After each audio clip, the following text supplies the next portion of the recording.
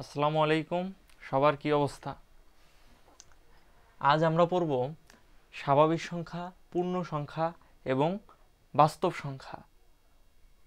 এখন দেখো, স্বাভাবিক সংখ্যাগুলো আসলে কোনগুলো? স্বাভাবিক সংখ্যা হচ্ছে শূন্য থেকে শুরু করে সকল ধনাত্মক সংখ্যাই হচ্ছে স্বাভাবিক সংখ্যা। এখন স্বাভাবিক সংখ্যা তাহলে কোনগুলো দেখি। শূন্য থেকে শুরু করে, যেমন শূন্য, শূন্য নিজেও একটা কি স্বাভাবিক সংখ্যা। শূন্য থেকে শুরু করে সকল ধনাত্মক, তাহলে কি 1 2 3 4 dot dot dot infinity. Infinity মানে হচ্ছে অসীম, অসীম পর্যন্ত। শূন্য থেকে শুরু করে সকল ধনাত্মক সংখ্যাই হচ্ছে স্বাভাবিক সংখ্যা। এখানে কোনো ঋণাত্মক সংখ্যা হতে পারবে না, যেমন -1, -2, এগুলো কি, এগুলো স্বাভাবিক সংখ্যার মধ্যে পড়ে না।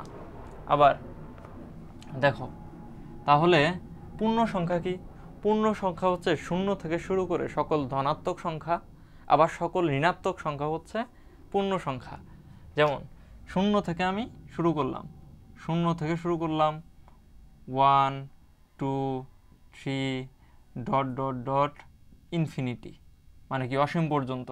আবার শূন্য থেকে শুরু করে সকল কি ঋণাত্মক, -1 -2 -3, এভাবে চলতে থাকবে মাইনাস ইনফিনিটি। এই সকল সংখ্যাগুলো হচ্ছে কি পূর্ণ সংখ্যা।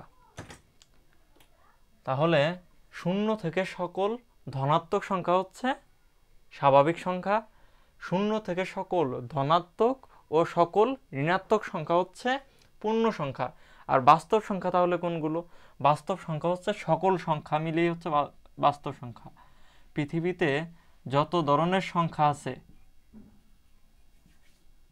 সকল সংখ্যা মিলিয়ে হচ্ছে বাস্তব সংখ্যা।